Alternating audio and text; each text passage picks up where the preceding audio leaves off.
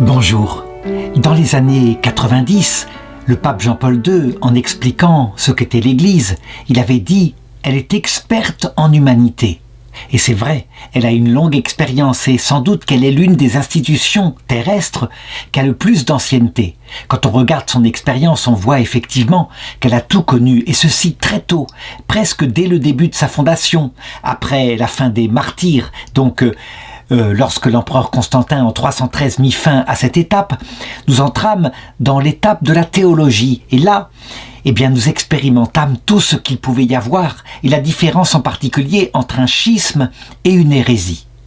L'hérésie, on le sait, c'est quand on proclame quelque chose qui n'est pas la vérité catholique. Le schisme, c'est différent. Ça peut intervenir entre des personnes qui partagent pleinement la foi catholique, mais qui ne s'entendent pas.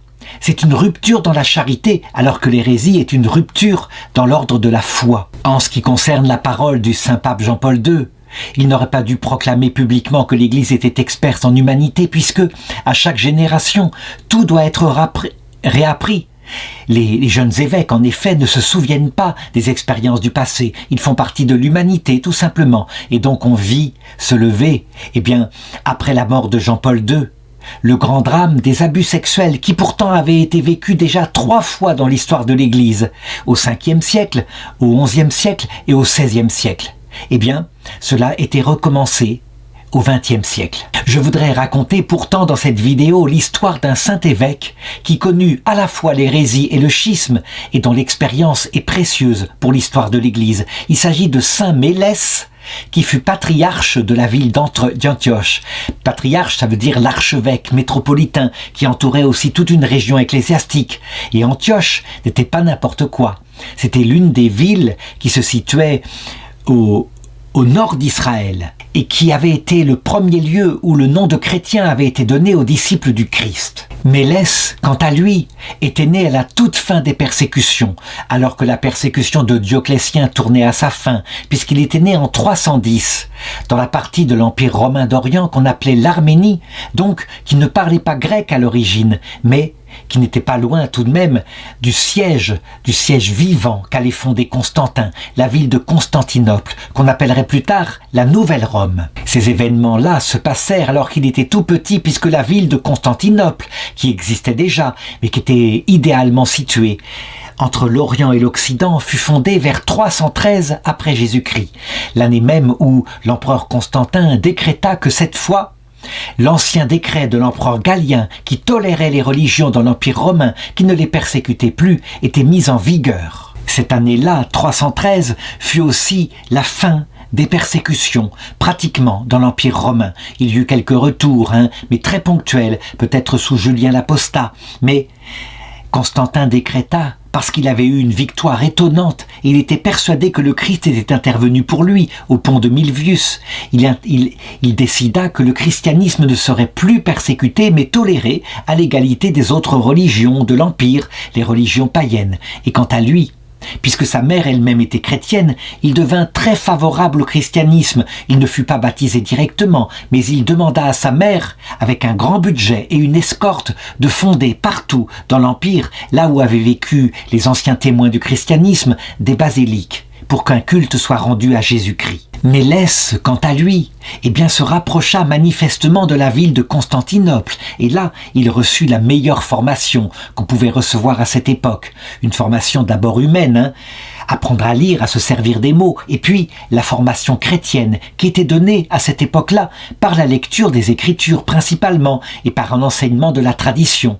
Il n'y avait pas eu encore les grandes sommes de théologie, et d'ailleurs, les grands commentateurs de l'Écriture, comme saint Jean Chrysostome, étaient plus jeunes que Mélès, donc n'étaient pas encore apparus avec leur lumière brillante au sommet de l'Église. Il fit donc carrière ecclésiastique dans l'Empire romain d'Occident, et il n'assista pas, mais il entendit parler de ce grand concile qui fut réuni en 325 à Nicée, et qui trancha la question de l'être du Christ. Le Christ était-il un homme qui était béni par Dieu, ou était-il Dieu lui-même, une personne de la Trinité dans le Dieu unique qui s'était fait homme, qui était venu sur la terre? Le concile là proclama la foi. Le concile de Nicée est la base, le fondement même de la foi catholique. Ce qui d'ailleurs est étonnant, parce que la confession de la foi dans la divinité du Christ, est ce qui a établi Pierre, le premier pape, à l'époque où Jésus était sur terre, comme ayant une mission particulière. Et c'est ce jour-là que Simon, il s'appelait Simon à la base, prit le nom de Pierre, ce qui indique que le concile de Nicée est bien la pierre, le fondement fondamental de la foi catholique. Normalement, puisque les pères du concile de Nicée avaient voté que le Christ était Dieu, et que le pape, le patriarche de Rome, avait accepté cette définition de la foi, les choses auraient dû être pacifiées.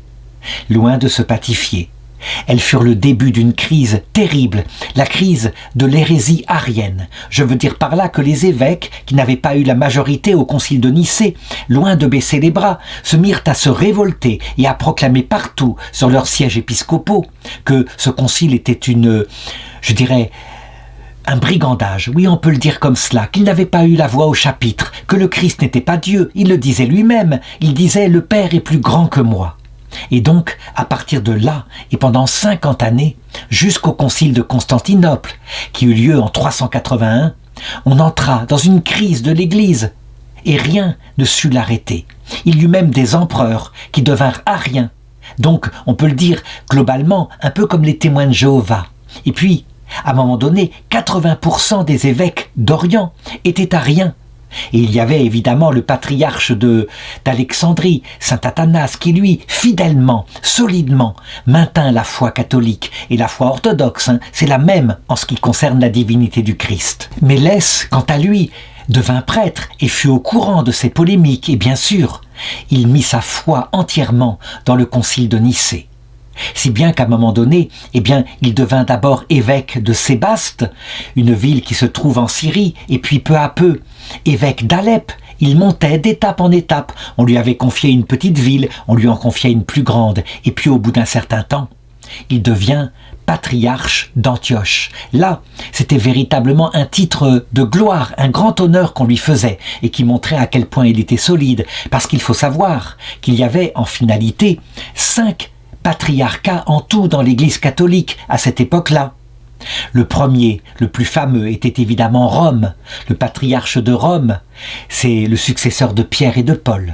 Le second, par l'honneur, c'était sans doute Constantinople, mais Constantinople était une ville récente. Le troisième, par l'ancienneté, par la base, par le fait que Jésus y était mort, c'était Jérusalem. Et puis, il y avait le patriarcat d'Antioche, là où les chrétiens avaient porté ce nom pour la première fois d'après les Actes des Apôtres, avec enfin le patriarcat d'Alexandrie, la terre d'Égypte, qui avait adhéré au christianisme très facilement, peut-être parce que quelque chose dans ces anciens mythes, comme le mythe d'Isis et d'Osiris, la préparait à accepter la foi au Christ, qui, comme dans l'histoire d'Isis et d'Osiris, le Christ prêchait la vie éternelle après cette vie, et le fait que cette vie n'était qu'un passage, que ce qui comptait, c'était d'aller au paradis en suivant les commandements de la droiture du cœur, qui ressemblait quelque part à la déesse Maat, cette déesse en Égypte qui servait pour la pesée du cœur au moment du jugement individuel. Pourquoi saint Mélès fut-il choisi pour être patriarche d'Antioche ? Par ses pairs, mais aussi par le peuple d'Antioche. Eh bien parce que c'était un homme pieux. Mais sa caractéristique particulière, c'est qu'il était doux.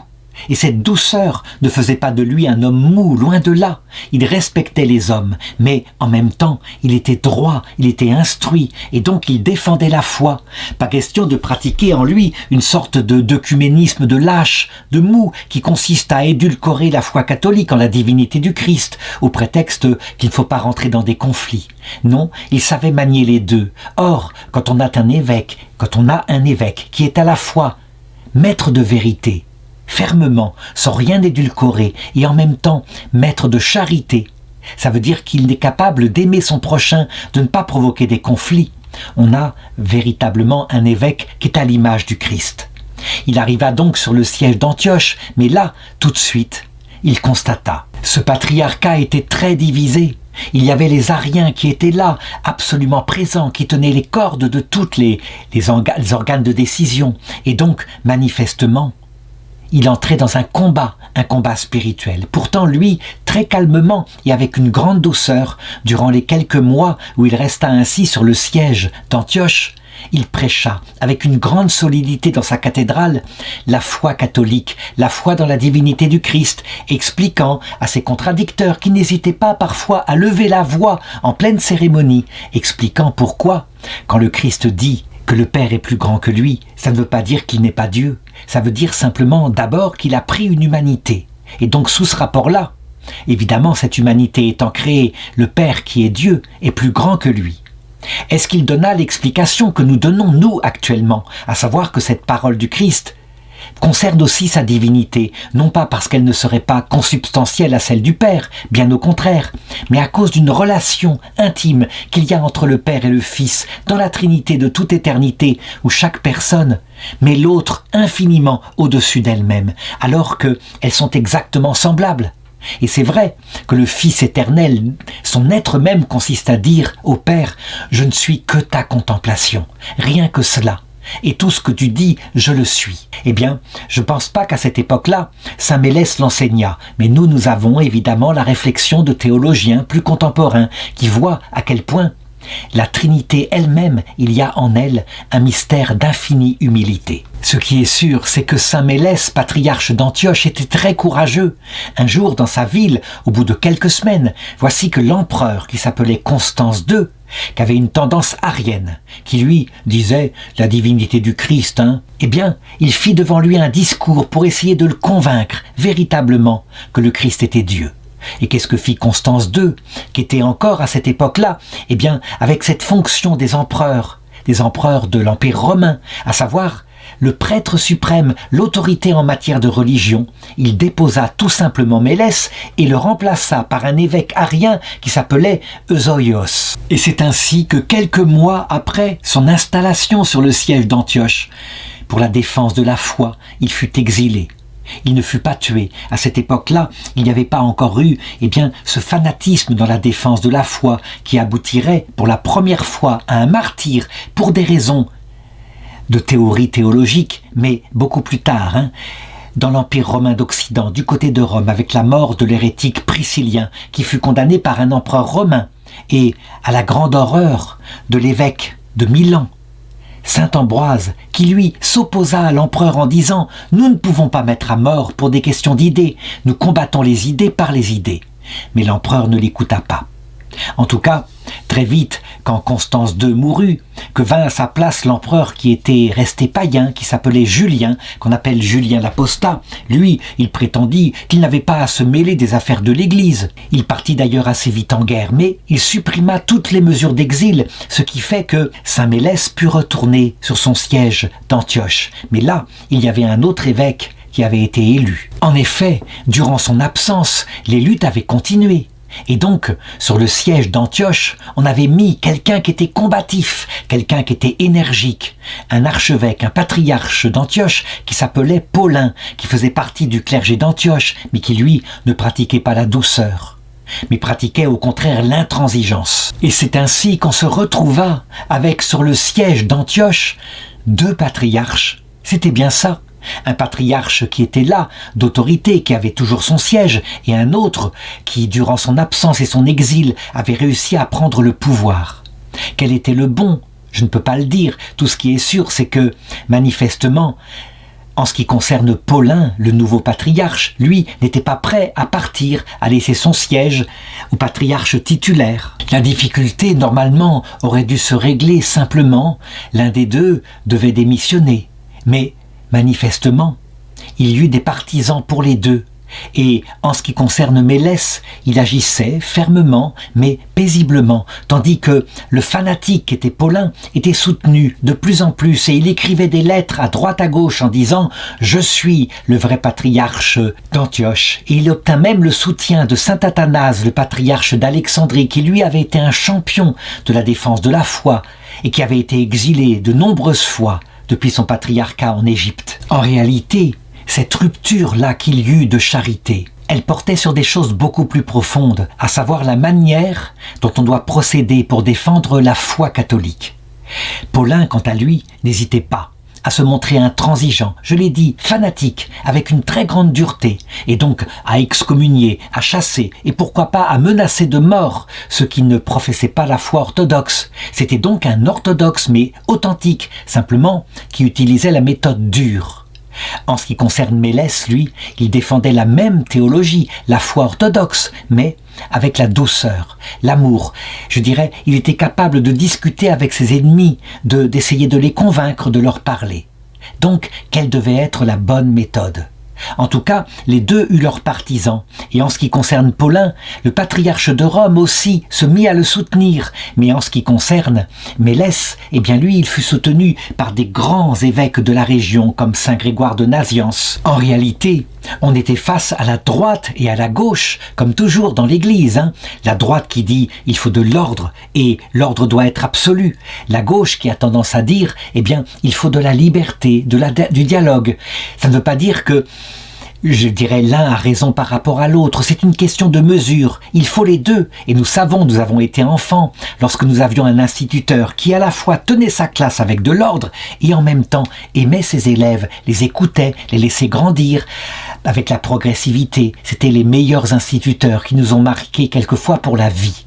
Eh bien, là, finalement, on voit que cette chose-là, présente dans la nature humaine, aboutit à un schisme qui allait durer 40 années, je veux dire, bien après la mort des deux protagonistes. Avec le recul, lorsqu'on regarde le jugement de l'Église, et en particulier de l'Église qui est devenue l'Église orthodoxe, donc de la partie orientale qui parlait grec, qui ensuite a évangélisé la Bulgarie, la Serbie, la Russie, eh bien, leur jugement, en ce qui concerne Paulin et Mélès, est le même que le mien. Voilà ce que disent les orthodoxes. Oui, Paulin était un fanatique orthodoxe. Et il se fit introniser à Antioche et il provoqua de cette façon-là, par son intransigeance, un schisme entre deux évêques orthodoxes qui dura 40 ans. Un fanatique orthodoxe, est-ce que ça peut exister ? Bien sûr. Et là, je voudrais parler d'une phrase qu'on attribue à saint Jean Chrysostome, que paraît-il parfois je déforme un peu, mais qui me semble tout à fait valide, d'autant plus que saint Jean Chrysostome, à cette époque-là, qui observait la scène, eh bien, était ordonné diacre par saint Mélès en personne, ce qui veut dire que Mélès était un peu son père spirituel. Lorsque saint Jean Chrysostome, beaucoup plus tard, devenu patriarche de Constantinople, subit la persécution du patriarche d'Alexandrie qui s'appelait Théophile, eh bien, partant en exil, chassé de son siège apostolique, il écrira cette phrase qui dit tout. « Donnez-moi 2 chars pour une course de chars sur un stade, avec, à droite, un char qui a comme cheval l'hérésie, mais, à sa droite, l'humilité. Donnez-moi l'autre char qui a comme cheval à gauche l'orthodoxie, mais à sa droite le cheval orgueil. Lequel de ces 2 chars gagnera la course, c'est-à-dire la vie éternelle ? Eh bien, je vous le dis, disait Jean Chrysostome, ce sera le char de l'hérésie, non pas à cause du poids de l'hérésie, mais à cause de la vigueur de l'humilité. C'est quelque chose d'assez surprenant, quelque chose de décapant ce qu'il dit, mais qui me paraît très juste. Je dirais même que c'est en regardant l'orgueil au service de la vérité dans l'église d'Orient à cette époque-là qu'on voit tous les défauts de cette église qui, à un moment donné, fut livrée à une hérésie bien plus grande qui la domina, à savoir l'islam. L'islam, c'est un arianisme puissant qui s'arme de l'épée. En effet, le Seigneur, quand il voit son serviteur, sa sainte Église, quelquefois très sage dans sa jeunesse, mais qui, tout d'un coup, se servant des richesses qui lui ont été données, développe de l'orgueil et de la dureté, il n'hésite pas à lui susciter un ennemi. Je sais que certains diront, mais non, jamais le Seigneur ne fera cela. Eh bien, ils n'ont qu'à regarder la vie de Salomon, qui dans sa jeunesse était le jeune homme le plus sage qu'on puisse imaginer, au point que Dieu le bénit, lui donna non seulement la sagesse, mais la richesse. Eh bien, vers la fin de sa vie, il devint, à cause de cette richesse, un homme si dur, si orgueilleux, qui adorait même les idoles de ces 1000 femmes. Oui, 1000 femmes, c'est incroyable, La gloire lui était montée à la tête, que Dieu lui envoya son prophète qui lui dit « Parce que tu as fait cela, parce que tu n'as pas observé mes lois, alors je vais t'arracher une partie des tribus d'Israël. Mais par égard pour ton père David, je le ferai après ta mort. Quant à toi maintenant, je vais te susciter un ennemi, Et c'est ce qui arriva. Dieu suscita contre Salomon pour le réduire, pour qu'il apprenne l'humilité et qu'il soit sauvé au bout du compte. Un ennemi qui est décrit comme cela dans l'Écriture. Dans le premier livre des Rois, chapitre 11, verset 14, il s'appelait l'Édomite Hadad, de la race royale d'Édom. Voilà, on le voit en tout cas pour Saint Mélès, le schisme qu'on appelait le schisme des Eustachiens à cause de son fondateur, et puis de celui qui l'avait prolongé, l'archevêque Paulin. Ce schisme abîma tout son épiscopat durant toute sa vie au point qu'il fut véritablement une victime, considéré comme tel, mais développant une grande humilité, une grande douceur, ne s'énervant jamais. Si bien que, à la fin, il reçut une récompense incroyablement noble. En 381, alors que l'arianisme faisait toujours des dégâts dans l'Empire romain d'Orient et se répandait même en Occident, eh bien, l'empereur Théodose Ier, celui-là même qui déclara que la religion chrétienne était maintenant la religion d'État, que le paganisme n'avait plus raison d'être. Eh bien, il réunit un concile, le concile de Constantinople, qui devait confirmer les décrets du concile de Nicée. Et donc, il demanda tout simplement à Saint Mélès, le patriarche persécuté d'Antioche, de présider ce concile. Et il le fit magnifiquement, avec une grande douceur, en respectant la parole qui était donnée même aux hérétiques, et ensuite on pouvait leur répondre. Il établit ceci. Mais manifestement, cette grande gloire qui lui fut donnée et un modèle, la manière de se comporter lorsqu'il y a débat théologique, cette grande gloire n'était que passagère, puisque, au milieu même du concile, Dieu le rappela pour la vie éternelle. Il mourut probablement le 23 ou le 24 août 381, et alors on confia la suite des débats à un grand saint, un docteur de l'Église, Saint Grégoire, évêque de Naziance. Quant à lui, à Constantinople, eh bien, les funérailles furent absolument grandioses, on peut le dire. Autant il avait été persécuté durant sa vie par ce schisme, autant l'empereur Théodose Ier vut qu'il soit glorifié. Et ce fut, tout simplement, Saint Jean Chrysostome qui avait été baptisé et ordonné diacre par Mélès, qui eut la charge de faire son panégyrique, donc pour son enterrement. C'est quelque chose qui dut le consoler. Probablement y assista-t-il, puisque dans la tradition des orientaux, on dit que les morts restent quelque temps sur terre pour assister à leur propre enterrement avant de partir dans l'autre monde. Que peut-on conclure de la vie de Saint Mélès? Eh bien, que pour éviter les schismes, et ce n'est pas toujours possible, il peut arriver parfois qu'on ait en face de soi une personne obstinée qui ne bougera pas, qui ne changera pas d'idée. Mais pour empêcher les schismes, on le dit, il faut communiquer. Communiquer avec l'ennemi. Et quelquefois, on le dit, en tout cas pour les personnes humbles, l'ennemi, c'est tout simplement quelqu'un avec qui on n'a pas pris un repas où on peut parler ensemble. Et puis pas ne parler que du problème, parler d'autre chose. Bref, avoir des rapports humains. On peut dire que Saint Mélès, il pratiqua la communication. Mais attention, s'il est un maître donc dans l'œcuménisme, c'est-à-dire le dialogue avec une sensibilité chrétienne qui n'est pas la sienne, il ne le fit jamais à la manière dont le firent de manière abusive certains tenants de l'œcuménisme après le Concile Vatican II, qui pensèrent qu'il fallait évacuer tout ce qui était gênant dans la doctrine et qui n'hésitèrent pas, au prétexte de se rapprocher des protestants, de dire que la Vierge Marie et les saints et les anges, eh bien on s'en débarrasserait. Cet œcuménisme-là n'est pas du tout celui que demande l'Église, rien de là.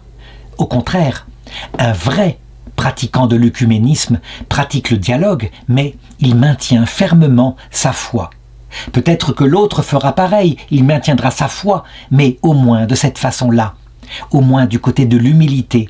Il y aura des rapprochements et peu à peu, le travail de l'Esprit Saint permettra de voir ce qu'il y a de vrai dans la pensée de l'autre, parce que tout n'est jamais faux. Tout n'est pas 100% faux dans la pensée d'un hérétique.